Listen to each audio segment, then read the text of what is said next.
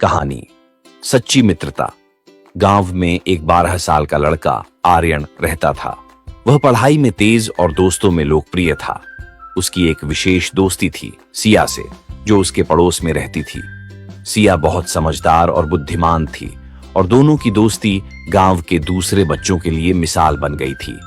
एक दिन गांव में एक नया लड़का विक्रांत आया। वह शहर से था और नए माहौल में घुलने मिलने में कठिनाई महसूस कर रहा था।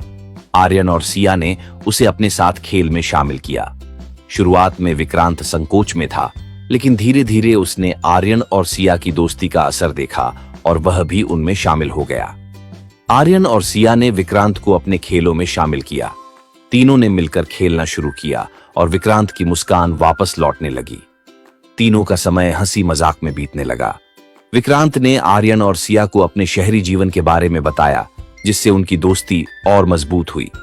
एक दिन गांव में एक बड़ा खेल प्रतियोगिता आयोजित हुआ। आर्यन ने सोचा कि वह और विक्रांत मिलकर क्रिकेट में भाग लेंगे, लेकिन सिया ने कहा, हमें सही तरीके से अभ्यास करना होगा। उन्होंने कई दिन तक अभ्यास किया। प्रतियोगिता के दिन आर्यन और विक्रांत ने पूरी मेहनत की, लेकिन मैच हार गए।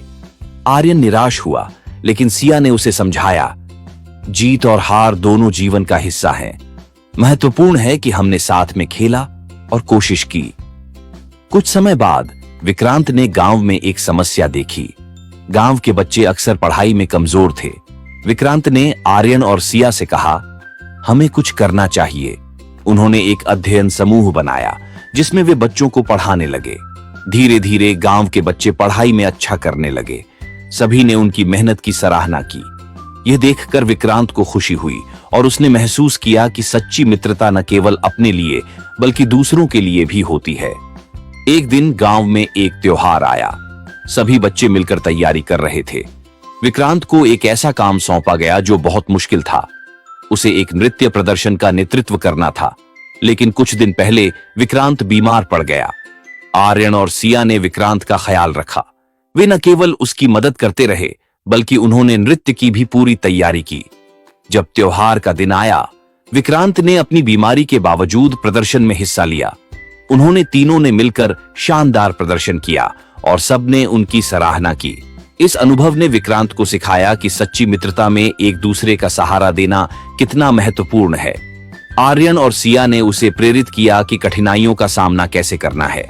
जैसे जैसे समय बीतता गया, आर्यन, सिया और विक्रांत ने मिलकर कई नई गतिविधियों की योजना बनाई। उन्होंने खेलों में भाग लिया, नाटक किए और समाज सेवा की। उनकी मित्रता और मजबूत हो गई थी। कुछ साल बाद जब सभी बड़े हो गए, आर्यन ने फैसला किया कि वह अपने गांव में एक स्कूल खोलेगा। सिया और विक्रांत ने उसका साथ देने का वादा किया। तीनों ने मिलकर एक नई शुरुआत की। वे समझ गए थे कि सच्ची मित्रता केवल साथ रहने में नहीं, बल्कि एक दूसरे का सहारा बनने में है। उन्होंने गांव के बच्चों के भविष्य के लिए एक मिसाल स्थापित की।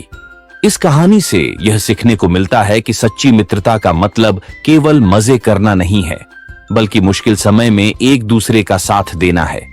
मित्रता में सहानुभूति, समझ और एक दूसरे की मदद की भावना होती है, जो जीवन को और भी खूबसूरत बनाती है।